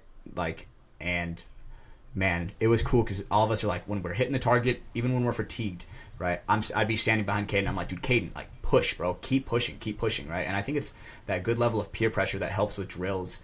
That at least for me, like, I don't No, really it like is do good. Yeah. Like, And then the gym buddy but what theory you is a gotta real do, thing. Hatch. So after Caden finishes his set, though, he's got to come up to you, take his mask off. You got to take yours off and give him a quick on the cheeks and just be like, "Good job, buddy." But- you got to fuck give him yeah. that positive reinforcement too. It can't just be the negative reinforcement all the time. Be like, hey, love you, bro. Good shit. Mwah. Hell yeah, bro. Have you guys seen this prank? Hey, you don't kiss the homies goodnight? What the fuck? No, have you Kev? seen that? Dude, Why have are you seen judging me this like this, trend bro? where people call their friends like, and they call them just to say goodnight, just to see their reaction, and men don't do that. The problem is, if I do that to you, you'll make it weird. Like, it won't be weird at first, but then you'll be like, oh, you're calling me goodnight? Oh, thank you, buddy. No, I love hearing from you. Yeah, I'm at the point to where, bro, I'm that fucking guy that calls my homies to say goodnight. I think there's nothing wrong with that, and I'm like, If I'm gonna be honest, Hatch. I'm very glad I'm 2 hours ahead of you now. Well, that sucks for you now, dude. You better hope I don't get drunk on my. And better hope I don't get drunk. Motherfucker. Oh man, dude, I'm going crazy, dude. That's like the worst part about me when I get Hatch, drunk. you're also revoking your do not disturb access. That's what you're telling me right now. I can't trust you with that privilege. I don't drink that hard. But when I do, keep my phone you go away hard from me, as bro. fuck. I mean, you Ryan, you've seen me a couple times. I had like a better that, bro. line. Keep my phone away from me, bro. Yes. Keep my phone away from me. At all fucking costs, my man. So, all right, well, let's get back to it, boys. We talked about esports a bit. Yep. We, obviously, COD, they're getting towards the end of their season. They got champs up next, so that'll be cool. The more excitement there. I think Optic barely squeaked into champs, but they're not going to do well. I'm not expecting anything from them, so we'll see if LAT or FaZe take it down. I would love to see FaZe do it, because obviously that means our boy Sam's gonna be front and center, soaking in all the action. On the Halo side, Optic's making a strong comeback this year, so that's cool to see. The other thing I'm looking forward to, I didn't really watch the Counter-Strike event at DreamHack, but there is gonna be a major here in Austin in a couple weeks, so I'm gonna be tuning in, watching that. You want to know how much tickets are, dog? All right, let me guess. Me and Tanner Monson looked into it for top ring tickets, not like the last row, but like top ring. I'm not gonna tell you, but that's what I'm talking about. You're actually very close. I think it was right around like 680 or 670, and then with fees it got into the 7. Yeah. Okay. Damn. And that was for like the weekend pass, so you got to go to 2 days of the event. But like, that's still a lot. Yeah, that's a lot. I mean, I hate how to much say is it, it to go to Disneyland? How much is it to go to Disneyland for 2 days? It's probably a similar amount. But you're probably looking at a similar amount. And that was for one ticket. So that was me and Tanner would have to get 2.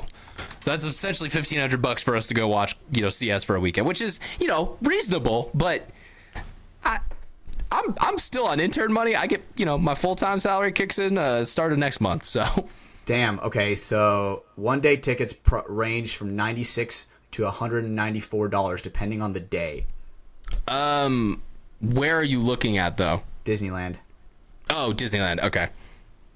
I thought you were talking about the event, because I was like, no, where are those? I will buy it right now. I mean, shit, bro. Like, it's more expensive than Disneyland. Because unfortunately, Tanner was going to try to get some when they dropped, because they were a lot cheaper when they, came out. But, dude, they sold out in like maybe 2 minutes, because this is the first U.S. major that Counter-Strike has had in maybe 5-6 years. Like, it was 2018, I think, was the last one. I mean, plus it's good location. It's centralized in the U.S. People from other states, if they got the money, for people to get in here. Exactly. Austin's got a lot of tourist stuff for them too. So no, I mean it does make sense why it happened, but unfortunately, me and Tanner weren't able to do that, because we were just gonna go get drunk and yell at Counter-Strike. We were so excited for that. Damn.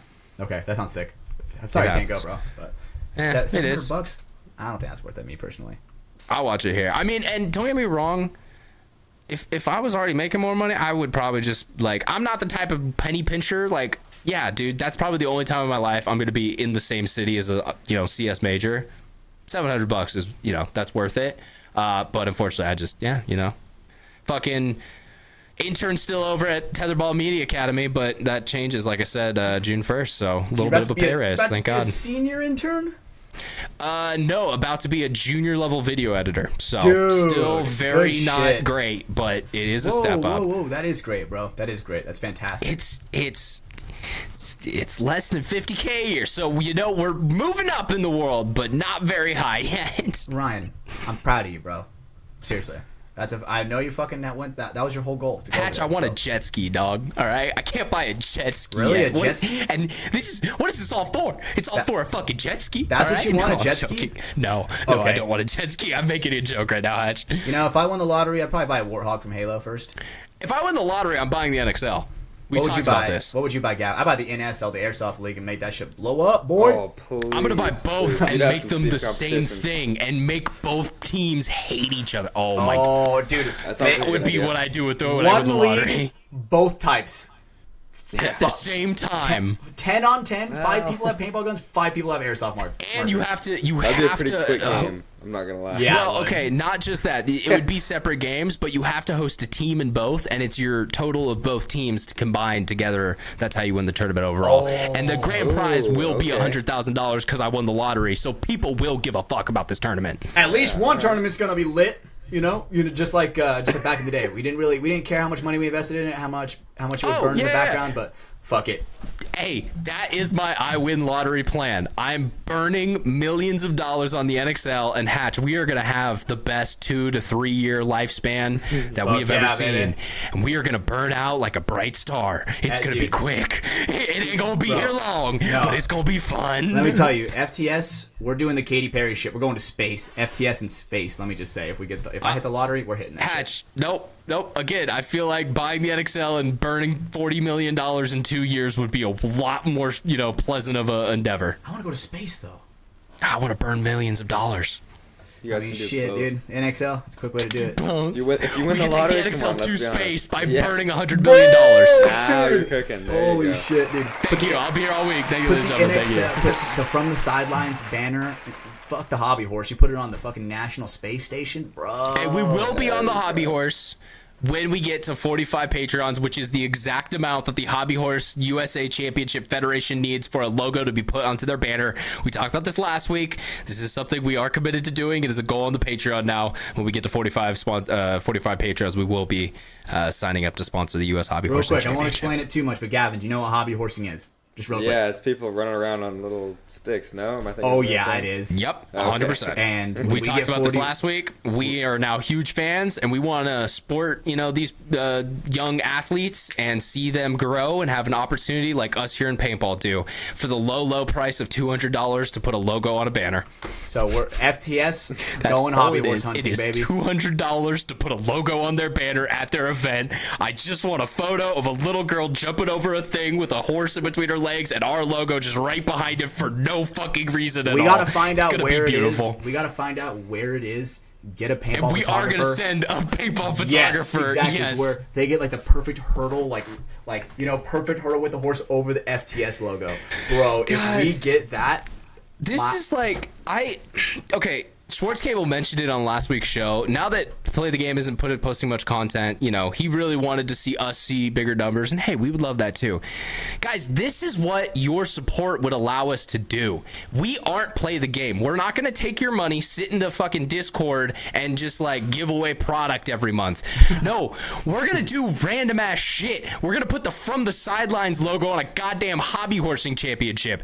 What? Dude, $200 for a banner? I guarantee you we could get a goddamn hurdle in the event for like $5K. I am down. We are gonna do wild and random shit. Give us your money, let us do it, and let us build the fucking content. Thank you. That is my plea. Guess how much it cost me to ride that roller coaster that day? My mental sanity. That's how much Free. it fucking cost me. And I did it for the podcast. You know what I'm saying? Well, Right? but that's not as funny as putting a logo on an event as obscure Hey man, as like I cried. a hobby horsing. I cried. You or know how traumatic that was for me. dude. Okay, you know another one that'd be funny? Have you seen, I've seen a couple Instagram reels pop up of the kids' little, like, electric carts that they have, like, they do drag races on. Oh, I've literally seen those. seen, like, parents, like, do, like, the burnout zone to, like, make more traction on the drag line for these kids who are in these little, like, What? electric Jeeps.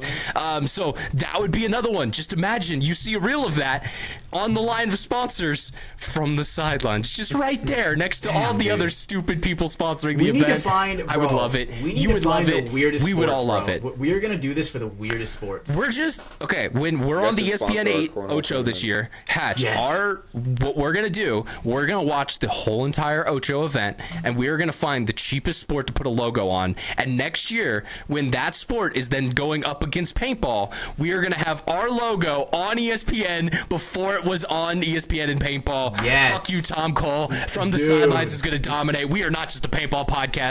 We are a goddamn domination world hunger force. I don't know what I'm saying anymore. No, but, I agree. I agree with Dale. you, Ryan. I agree with you, Ryan. And shit, And Hatch dude. is gonna pay for all of it. I mean, Patreon, baby, we need you guys to clock in. Nope, we just need Hatch. You, Just we need your you guys to lock in before we have to clock in. All right? I mean, Hatch, didn't you get audited today? So Yeah, I did. The business did, but we let's passed the not flying talk about colors, baby. We hit it. You know.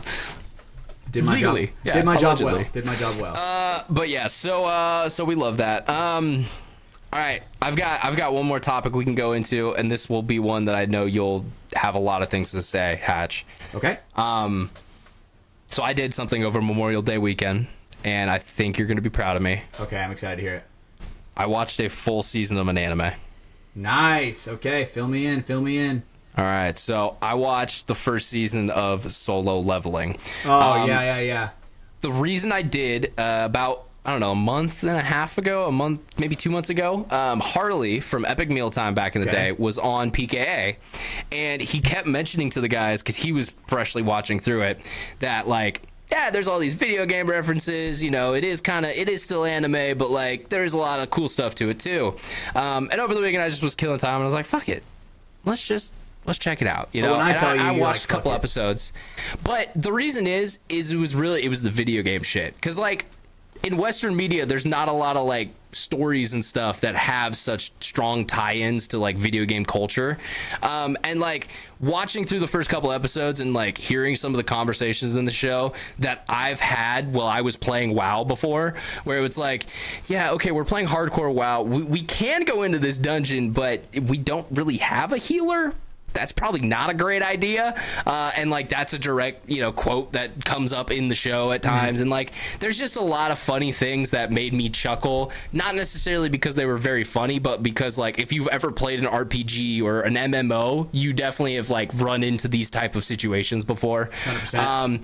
And I'm gonna be honest, there's definitely times where the 2.5 minute powering up speeches that are yelled at the top of the voice, I'm like, I could do without this. But I will say the visuals, yeah, like I could do without that shit a little bit. But I will say the visuals, there's some stunning art in there. Right? There's some just absolutely crazy things that they are, doing with different types of animation, different types of drawing. Dude, from when I was a kid, it's changed so much. Holy shit. It's definitely like, I texted Ann about it. I was gonna wait until the show to tell you because I wanted people to see your reaction. But like, dude, congratulations, bro. I get it a bit more, but I still like. There was definitely times where I'm like, it's still be an anime. Like I like this story, but yeah, there's still some friction points. But that's fucking but sick. Yeah, I don't know. I'll Congratulations. keep checking it out. I'll keep looking through it. The other thing that sucks with Solo Leveling is like I'm pretty sure the dude who made it came out and he's like, yeah, I'm taking like a 5-year break. Sorry guys. Okay, so that's funny. My girlfriend's favorite anime is Hunter x Hunter, and that had to stop because if I am correct, like some Doctor Strange shit, the writer like broke his hands. You told me about this one. Yes, when we went to the manga store. Yes, yeah. exactly. Yes, when he broke his hands and when he He first, like couldn't do couldn't it draw. anymore He because couldn't yeah. draw. So when he came back, It was the all one first thing dude. he did is I think he redrew all 3 of the first episodes. The first 3 episodes he redid. Probably to like get himself back into the style and like to kind of re-immerse himself. Absolutely. I mean, dude, now the anime continues, so we hit it, So Gavin, okay, Yeah. sorry. Gavin, I know you're sitting there a little bit quietly like Brando. Now you understand how Brando feels. Yeah. I really dude. am this replacement. Anime, bro. Tell me where you You are. stand You're on it. fitting in. I need you to make your stance right here, right now. All right, NDAs, not no against nothing. it. Not against it, but definitely not for it. I've never really watched it, so I can't have a strong opinion, but I mean, yeah. But that's Hatch. Honestly, that's a fair opinion because like Absolutely I mean it is. that was That's why I that asked. was mine. And like I'm gonna be honest, there's still a lot of anime. Dude, I was scrolling through Crunchyroll because I got Yeah. someone's login. I was scrolling through and I Dude, was just there's like, so many that I will skip over, bro. okay, what the fuck are we doing here, man? What's like, that shit called? I forgot what it's Why called. does that girl look 14 and have quadruple G Yes, fucking what's that tits? called, What are bro? we doing here, Japan? Fan God service. damn. That's what it's called. Fan service. I think that's what it's Oh called. yeah, fan service. What the porn. fuck is that shit? Thank you, bro. Thank you. That's what I think Like, it is. I'm gonna be honest. So, yeah, I think that's a fair stance. But there also are really cool art pieces that come from it. 100%. Like, I've never watched Studio Ghibli movies, but I've seen so good, stills. bro. I do understand. Those are beautiful works of art that are essentially moving like pictures that you just get to look at, and I can get that. dude. I get that it's beautiful. No, dude, I remember. So the one that got me into anime was a Studio Ghibli movie. But dude. then when a dude's like, I'm not a fan of that shit. I like the story development. You know what I'm saying? You'll never destroy my world. You're just going fucking insane. I fucking love we that. did not need all that. You know, there time and place, but when it happens every episode, bro. every 20 minutes is not cool. I'm gonna be honest. Every 20 episodes, I could deal. That's kind of chill, you know. That's a cool power. You know, I understand the passion, bro. I yell when I play paintball, He's bro. into it. But do I yell every day? Yeah. And Okay. that's it. I was like, yeah, what? I Did you yell have every day. anything else to I'm say? an enigma. I'm a different. I don't even know why I even asked that question. No one asked you the question, Hatch. You asked I yourself. asked I just myself hope that you know question, that. but I yell every day, basically. You know, I'm always just that loud kind of guy. All right, buddy. But- You got anything you want to talk about tonight, Hatch? I mean, shit, dude. Gavin, tell me, bro. You've listened to the show a little bit, right? Yeah. What direction is this going in, chat? Yeah. I'm figuring it out. I'm curious, figuring too. it out for myself as I go, Ryan. No, okay, Hatch. I was asking if you had a topic, not if you can bullshit pull one out of your ass. Well, I am. Well, luckily, thank you for stacking on that. So now I do got one. Gavin, when you were younger with Bojangles, did he ever get you into? Did he ever try to get you into any weird sports like hobby horsing? Not hobby This is horsing. my hell. I swear to Let's- God, let's I'm in think here, let's think purgatory. here. So I I remember s- when I was really young, he got me into soccer, right? But that's not really a weird sport. Okay. I think the weirdest sport he ever tried to get me involved in probably be paintball, but I think it's pretty cool. Actually, no, he didn't even get me involved in paintball. I was by myself, so no hobby Nice. horsing from this family. My Did he weird get you one. involved in airsoft, or was that you two? That was me. My That was weird like one was one water Christmas. polo, bro. What? That was the. Hey, I played that's water out polo there. too. I loved not that playing. weird, I dude. loved playing water polo, but You're oh, also man. the wrong size for water polo, Hatch. That's more of my people's sport. You can't tell me I'm wrong there. Hey, and I was still good. I was a goalie. I was still good.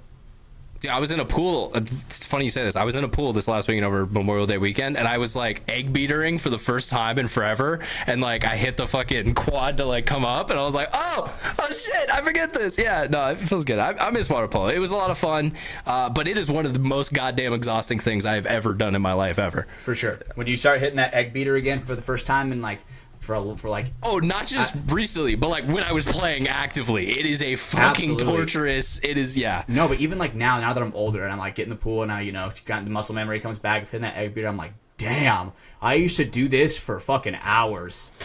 Yup, I You know think what I'm about saying? that too. Holy shit, dude, that one is like, I mean, bro, I used to be able to get my entire like waist above the water with just my legs to block a shot, right? Like that. Yeah. Dude, that Jesus. water polo was one of my favorite sports, but man, that was the fruitiest Push sport. down the top of the water. It doesn't do anything, but it mentally it helps you feel like you're getting higher out of the water. Oh yeah, the skip shot, bro. So water polo is the weirdest sport I ever played. I guess paintball's pretty fucking weird. That's probably gayer than water polo, honestly. Nah, dude, we wore speedos, bro. It can't Yeah, be more gay. Bro, It can't be more gay. I'm sorry. I don't know. Water polo is probably the most gay sport I've ever played. you think Let's it's just gayer? be real. You think it's We're gayer Let's than cool with just a bunch curling? be of dudes, I real don't with our know. audience, Hatch. You think it's gayer than A bunch curling? of dudes wearing speedos. It is what it is. What about And wrestling? Hatch, you think wrestling Hatch. is gay? Actually, well, Yeah. it can be, but Hatch, think about this. Do you ever have another dude pull down your speedo in water polo? Because I had more Oh, than yeah. just once. So, Oh, like, yeah. let's be real. That's pretty fucking gay, bro. But there's a reason they do it. It's because then when it goes down, now you can't fucking use your legs and you're essentially useless and you gotta Yep. pull it back up for a second and now you're back in the play. Dude, there's a reason That why was a they legit don't use strategy underwater. that was being used underwater during high school water polo. There's a reason why they don't film underwater in water polo No. tournaments, bro. Yeah. Because it is fucking. And the women are worse. Women are way worse, bro. They are savages, bro. They Did you will. guys ever scrim your women's team? Yeah, and it wasn't even close. We would It actually was destroy not them. fun. We would Yeah, destroy our no. women's team. We won, but they made sure we didn't have a fun time winning, dude. No, it dude, was I remember. fucking a nightmare. I remember they always had such long nails to where, bro, they would fuck Yes. you up, bro. Like, Because, like, we when get you're up nail close and checked. personal We like that. legit, before water polo games, the ref would come through and, like, look at your team and make sure, like, okay, no one's got any, like, jagged nails or, like, Yep. you know, if a super long one you're going to try to stab someone with or something. Yeah, but dude, that's just obviously, insane. you know, girls get away with that shit. yeah, Catty little women. yeah. So, dude, we would actually fucking annihilate our girls' team. It wasn't even close. Yeah, it's they easy to couldn't score on them. Yeah, they couldn't even score. They couldn't even score once on us. That now it's like where I'm like seeing the vision back in the day of just like absolutely just drilling these chicks, bro. Just Hatch is back in nom. yeah, sorry. Hatch is back in nom. Remember the skip shots, bro. Yeah, I can see. All right. Well, I do think then we are probably going to call it a little bit early tonight. Not just yet, audience. We do have one more topic to talk about, and I did want to leave it for the end tonight. It's probably one of the more serious things that we've talked about on From the Sidelines in a very long time.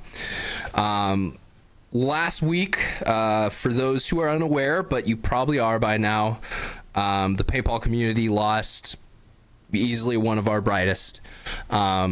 Number 4 for the Los Angeles Ironman, Jerry Caro, lost his life last week. If you've been watching the podcast for a while, in the background of Hatch's shot since essentially the beginning has been a number 4 New York Extreme Jerry Caro jersey. Gave me that jersey, man. I was cool. Jerry, obviously in the professional division, Jerry knew, a lot of people knew Jerry as an absolute savage on the field. But also, the guys who got to know him on a team knew him as a very kind person. A lot of us here in Northern California knew that as well, because Jerry was very selfless with his time, coaching divisional teams like War, always being out at local events, even times when you wouldn't expect to see the dude on New York Extreme out at the field. He was out there helping out divisional teams, helping out divisional guys, just giving back to the sport of paintball. Absolutely. I'll stack on top of that. He was the kind of guy He was the kind of guy where, dude, even if he is just standing there on the really sidelines. My thought. Sorry, I'm sorry. Would you like to go back, Brian? I'm sorry.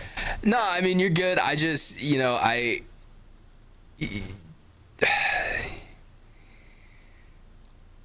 this one's definitely the hardest one. I didn't know Tim personally. Whenever anyone talks about Tim, obviously it's great stories. But I never had the chance to meet him. Same with Bobcat. I never met Bobby Avila's. But I did meet Jerry, and I spent a lot of time with him. And it's funny because whenever you talk about those 3 men, every single person who talks about them has nothing but great things to say. And so it's very tragic to me that our sport has lost those 3 guys in particular since COVID. It's something that, I truly hope we don't have to keep seeing moving forward. But unfortunately, that is life, and it does happen at times. Obviously, this podcast is dedicated to the memory of Jerry Caro. It's a very small thing we can do, but he was a former guest of ours, and this is the first time we've ever had to come here and unfortunately tell you guys that one of our former guests and friends of the show has passed away. It's not fun to do, but yeah, paintball's been pretty fucking serious lately, and yeah, so obviously I think the biggest thing, biggest way you can honor Jerry is go out there and play like him. Go out and watch that 5-pack, no fucking fear. Go down the snake, go fucking, go until someone stops you. That was how Jerry Caro played, the snake in the professional division, and it was damn fun to watch him do it. I'm genuinely saddened that I won't be able to film him again. It was always so much fun to be able to, but yeah, man, rest in peace to Jerry. Thoughts and prayers go out to his family as well, because it's never a fun thing to have to live through and deal with all the things that come with that. But yeah, go out there, honor him, go fucking stab someone and fucking make them feel it. I guess one of the thoughts I had the night that it happened, trying to be thoughtful about this, is like, there's a goddamn good 7-man paintball tournament going on in heaven right now, bro. And they're, and I hate to say it, but every couple of years they keep getting better players, and so it's cool to know that Marcus, Bob, Tim, those guys, they're probably fucking beating the shit out of each other right now and having an absolute blast. Yeah, the thing is about being, a California baller, right, is this hits incredibly close to home, right? And when back with Tim Montrester, bro, I used to work with DLX, with being sponsored by them, right? So that one, I've never had one hit this close to home, to where, dude, when I heard the news, bro, I remember I stopped I was going out visiting a bunch of clients for work. Dude, I had to stop and, take a breath, and where this is a thing that we need to make sure we hold our loved ones close. This is a huge wake up call for everybody, right? Paintballers, all right, we're not immortal, right? You may feel like it on the field at times. Absolutely, right? And Jerry, he was such a selfless guy to where whenever he would just be standing on the sidelines, you know, and even if you win the point, he's like, hey, Hatch, tuck your hips in a little bit more. Like, your form would be a little bit better, you know? And he always is that guy that is looking to give out those gems of information, you know? There's not a lot of people that are willing to do that. And Jerry was the guy that would, he embodied that, getting better and getting people around him better, especially, I mean, look at all of his divisional teams. Exactly. And the big difference too, it never came from a place of critique. Or like I guess it never came from a place of criticism. It was critique. He wanted to see you get better, but it was never like, bro, what the fuck are you doing? Like, it was never that vibe. It was always like, oh, Hatch, I see you're doing this wrong. I want to point that out so that way you become a better paintball player. Absolutely, and that's something that we could all take notes from, for sure, especially myself. I'm a fucking hothead, right? And Jerry's the kind of guy where, I mean, shit, he has the fire of 1,000 suns when he plays, right? But he doesn't show that whenever he could possibly be a hothead, right? It's, you know, that's one thing that we got to make sure that we all take from Jerry, where play with the fire, but when we get outside the net, you know, be that guy. Jerry was that guy. Gotta let it go. Jerry was that guy where it didn't matter if you fucking bunkered him in the head 10 minutes ago or he bunkered you in the head 10 minutes ago. Like, you guys were going to be cool after.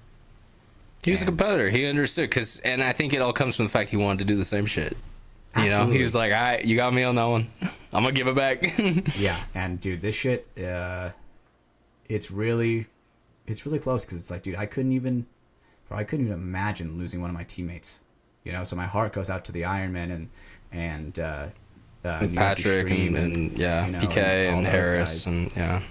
Like CJ, I know they were very close, and yeah, he even played on Infamous. He played on Excessive with those guys. Like, right, like, bro, this is a thing that changed paintball for me. You know, like, it's different because I'm like, when the clip of Jerry where he's like, hey, Jerry called for the Ironman. He's like, how you doing, Jerry? He's like, feels good to be home, dude. Like, watching, like, I watched that thing probably about 100 times. Something we said earlier, Hatch, and I hate to say it, but it does feel like every generation of paintball has unfortunately had one of their guys, you know, die too soon, kind of for lack of a better term. And it sucks that, you know, bro, we're 26, but we're now already experiencing that. You know, it's not something you want to go through, but it's now something our generation is kind of seeing. Like, I mean, man, I could only imagine how Alex felt when he got the news about Marcus, you know, and hell, I'm not even claiming to know Jerry that well, you know, but just his camaraderie and his friendship whenever I would see him at events or when I did get footage of him and we were able to collab on stuff, like, yeah, man, he's a special person. And you know, dude, like, you know, I'm grateful that we had him on the show. You know, that's just one thing. I'm very grateful about that. Like, dude, he's the reason Brandon upgraded his camera quality, because it was better than his. You know, and not joking, that's true. You're right, and he just cemented himself into paintball. You know, in so many different ways, not only through FTS but through the NXL, through every single kind of media he's been in. And I think the biggest thing is he's one of NorCal's. Exactly. NorCal paintball is a pretty small community. Bro, like when I was growing up in the Central Valley, it was NorCal, SoCal. You know, now obviously now I go up to, or I am a NorCal baller now myself, right? It's definitely a lot smaller, right? And yeah. It shrinks without the community that it has. You know, without the Excessive program and the DMG program, and like all those other ones. It's gotten smaller. It's like, bro, like, it's getting smaller and smaller and smaller, right? So this is just so tragic to where it's like, dude, hold your loved ones close, man. Seriously. I first found out through Steven Lopes, who's you know, another just NorCal staple baller, and like that's when I saw his post and I sent a text to Hatch and Brando and was like, what the fuck did I just see? Please tell me that's not real. What the fuck's going on? Can we get some more information about this? And then word came out pretty soon after. So, yeah, obviously not fun, not a happy thing to talk about, but one that is very, it was important to us, and one that we wanted to take time out tonight to talk about and to share some of the memory of Jerry, man, because he was a great guy. Absolutely right. We mourn Jerry, right? But now we must celebrate Jerry's life, right? Play like Jerry. Like, be the Caro. You know what I'm saying? And, dude, tell your teammates you fucking love them, bro. Genuinely. Like, you never fucking know when something like this could fucking happen to any of us. Right? Like, dude, a fucking car accident could happen. Like anything could happen. You never know when it's the last time you're going to see these people. So make sure you leave your mark. Right? And this is just one of those where it just really, it really hurts the heart. And I really gotta work hard to compose myself for sure, right? Because one of those where it is what it is, and that's fine. I just said fuck it, I'm letting it out. All right, well let's kind of wrap it up here tonight, boys. Gavin, our buddy, where can people find you, man? If they are interested in hearing more about the airsoft stuff, seeing more what you're doing in paintball. I got an Instagram that I wish I posted on more, but gavinday.4 on Instagram. It's pretty much the only social media I have. I'm gonna be completely honest. So, yeah. Okay, that works. Was Jerry gonna coach Incursion? Yeah, he WC was. Team? I never even got to meet the guy. Yeah, he was gonna coach us this event. He was supposed to be there last weekend. It's really hard. It's really hard on a lot of those dudes on the team. Knew him very personally. And honestly, more to say on the subject. I remember my first event in Vegas with Semi-Pro. I remember me and Shim were walking around. We snuck into the pro pits and we were watching from the back line. And it was an NYX game. And I was watching Jerry play. And Shim said, "You need to watch that guy. You kind of play like him." And it kind of sucks. Like, I wish I watched him more as when I had the opportunity to, because no, I don't. Yeah, he's an absolute unit. And Shim's absolutely right. You do play like Jerry, for sure. That explosiveness. And but that's one thing that we all got to take away from it, Play like Jerry. Yeah. So, going back to you, Ryan. Are we ending? No, that works. We are gonna get out of here. We do. So normally this would be when we have the cool guy of the week. I do have a cool guy of the week. Hatch. Well, so here's the thing. You brought a cool guy of the week, but this is not a official cool guy of the week because our cool guy of the week person, Brando, took the weekend off. So this is not an official cool guy of the week, but I'm letting Hatch have his moment. Who is the Hatch man of the week? Absolutely. And it's funny, we talked about him. It's Nade Shot. Dude. It is Nade, okay. Dude, there is this clip. I'm gonna post it in the FTS little Discord thing, and then I'll text it over to you, Gavin, so you can see it. But God, you dude, suck at using the chat that exists within the software we're using actively. It is one of the funniest crash outs I've ever seen. So which crash out is it? So I think he's doing a kill race with, I think it's Symphony. You know who that guy is? Oh, yeah, okay. I just saw this video. Team Summertime posted this because they just reacted to it. They reacted to a whole bunch of Nade Shot, out of context moments. Man, for literally, Dude. It's a minute straight. He goes off on Mason or Sim or Symphony. I don't know his actual gamer tag, but he goes by Sim, I think, a lot of the time. But yeah, no, he goes off on the kid for essentially a minute straight, and it is eloquently said. It is concise. It is one of the best gaming fuck you crash outs I've ever heard. This guy lives in his house with his parents. If I slip up once, my family and my wife and my daughter are sleeping under a bridge. He's talking about the existential crisis of supporting his family, and it's beautiful. It's great. So yeah, all right. Hey, Nade could be the Hatch guy of the week, but now it's time for your thing, Hatch. What is the code word of the week? Check me out, boys. Boom for Jerry, boys. For Jerry. I can't see this one. For Jerry. I know, so hard. The fucking glare. For Jerry. I like that too. Jerry. Okay, cool. You like that? For Jerry. The number 4 for our audio listeners, in case you are curious. And one thing that we're doing on DMG to commemorate for Jerry is we're making some special jerseys, and I'm very excited to debut them. So Hell yeah.